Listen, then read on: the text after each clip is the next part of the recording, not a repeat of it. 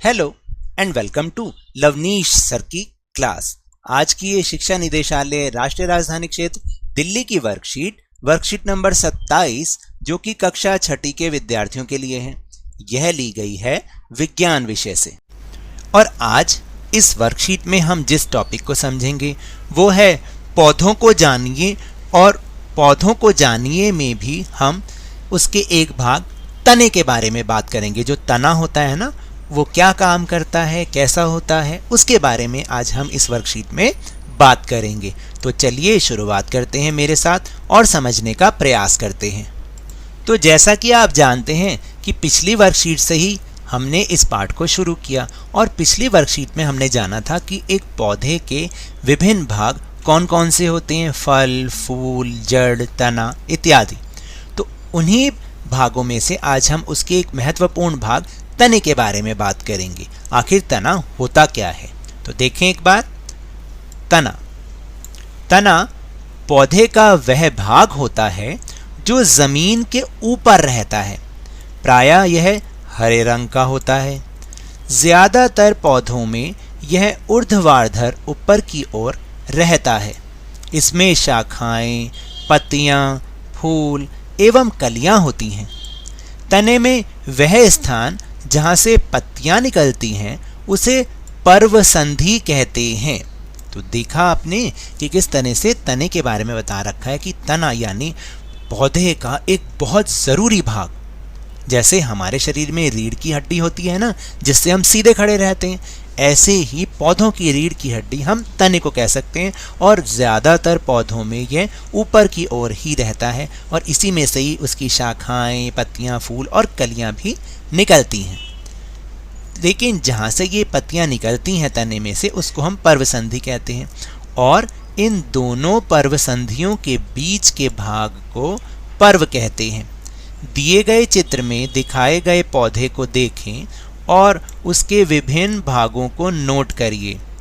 यदि आपके घर में गमले में कोई पौधा लगा हुआ है ना, तो उसके तने की पहचान करने का प्रयास कीजिए।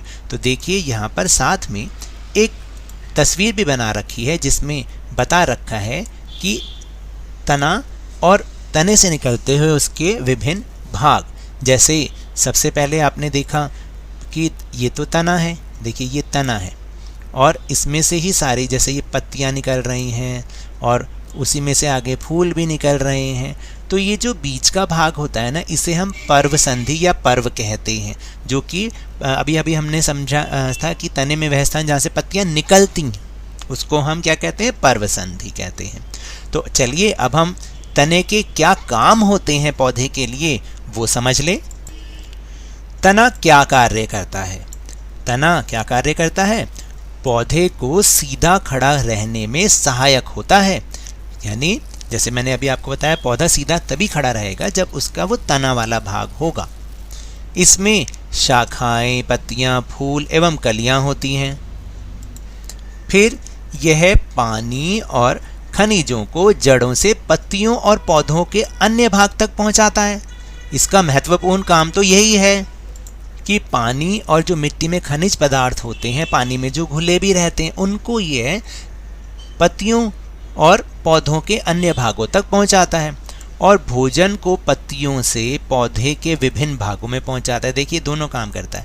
ये पानी को जड़ों से लेता है और पत्तियों और पौधों तक पहुंचाता है। और पत्तियों में जो भोजन बनता है उससे ये पौधे के विभिन्न भागों में पहुंचाता है।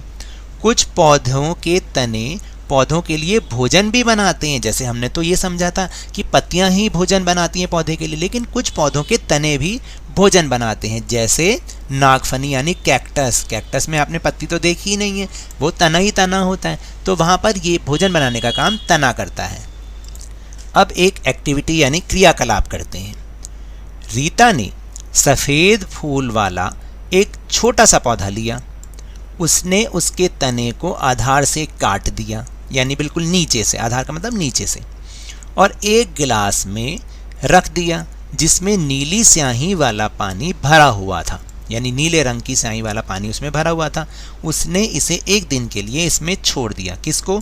जो सफ़ेद फूल वाला पौधा था उसको नीचे से उसने तने से काट दिया और उसको गिलास में रख दिया और एक दिन के लिए छोड़ दिया। अगले दिन उसने पाया कि पौधे के सफ़ेद फूल की पंखुड़ियों पर नीले रंग के निशान आ गए हैं। देखो, है ना मज़ेदार एक्टिविटी है। आप भी इसको करके देख सकते हैं, क्योंकि साइंस का एक नियम है, करके देखो। क्वेश्चन ये उठता है कि सोचिए और उत्तर दीजिए, ऐसा क्यों हुआ? बताऊं ऐसा क्यों हुआ? ऐसा इसलिए होता है क्योंकि पानी में घुलने वाले खनिज, या जैसे इस स्थिति में रंग, जो कि पानी में घुला हुआ था, वह पानी के साथ तने में ऊपर चले जाते हैं और पौधे के हर भाग में पहुंच जाते हैं। इसीलिए जो पंखुड़ियां, सफ़ेद पंखुड़ियां थी, उस पर नीले धब्बे आ गए। तो इस क्रियाकलाप से हमने ये भी सीखा कि तना जड़ों से पानी का संचालन करता है, यानी पानी को वो जड़ों से लेकर और पौधे में पहुंचा देता है। पानी में घुलने वाले खनिज पानी के साथ तने में ऊपर चले जाते हैं। तो देखो, जैसे अभी हमने ऊपर एक्सपेरिमेंट किया था, एक क्रियाकलाप किया था, उसमें पानी में रंग घुला हुआ था, यानी पानी में जो भी चीज़ मिली होती है वो पौधे में तने की सहायता से हर भाग में पहुंच जाती है। तो तने में ऐसा क्यों होता है? क्योंकि तने में संकरी नलिकाएं होती हैं, बहुत पतली पतली नलिकाएं होती हैं, जिनके माध्यम से पानी और उसमें घुले हुए लवण जड़ों से पत्तियों और अन्य भागों तक पहुंच जाते हैं। तो अब समझ में आया कि ऊपर जो हमने क्रियाकलाप किया था कि उसमें पत्तियों पर नीला रंग के धब्बे कैसे आ गए थे। तो चलिए आइए जाने कि हमने क्या सीखा। तो सबसे जो प्रश्न है, पहला प्रश्न है ये है रिक्त स्थान भरिए। रिक्त स्थान भरे में जो सबसे पहला वाक्य है वो है कि तने में वह स्थान जहां से पत्तियां निकलती हैं उसे कहते हैं, क्या कहते हैं? उसे पर्व संधि कहते हैं। क्या कहते हैं? पर्व संधि। फिर दूसरा है तने में तना पौधों में पानी और खनिज लवण का भी संचालन करता है, जो कि पानी में घुला हुआ होता है, यानी पानी में जो भी खनिज लवण घुले हुए होते हैं वो और पानी तनों की सहायता से पौधों में पहुंचता है। फिर इसके बाद बी पार्ट जो है उसमें बताना है कि सफ़ेद फूलों की पंखुड़ियों पर रंग के धब्बे दिखने का कारण तने में मौजूद नलिकाओं द्वारा ग्लास से रंगीन पानी को प्रवाहित करना था। तो अब बताइए कि क्या ये सही है या गलत? ये बिल्कुल सही है, क्योंकि नलिकाओं के द्वारा ही वो जो ग्लास में रंगीन पानी है वो पंखुड़ियों तक पहुंच गया। इसके बाद प्रश्न नंबर सी है, तने के कोई दो कार्य लिखिए। तो मैंने इसका उत्तर देखिए यहाँ पर लिख दिया है, यहाँ लिख दिया मैंने इसका उत्तर। तो इसके दो कार्य हैं। पहला तो है कि तना जड़ों से पानी का संचालन करता है, और दूसरा तना पौधों को सीधा खड़े रहने में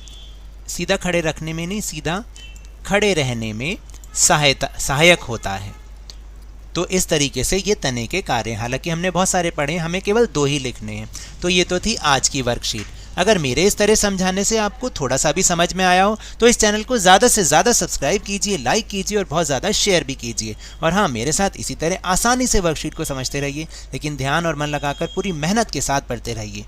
और कोविड से बचने के लिए 2 गज अथवा 6 फीट की शारीरिक दूरी का पालन ज़रूर करें, क्योंकि जब तक दवाई नहीं तब तक कोई ढिलाई नहीं। धन्यवाद।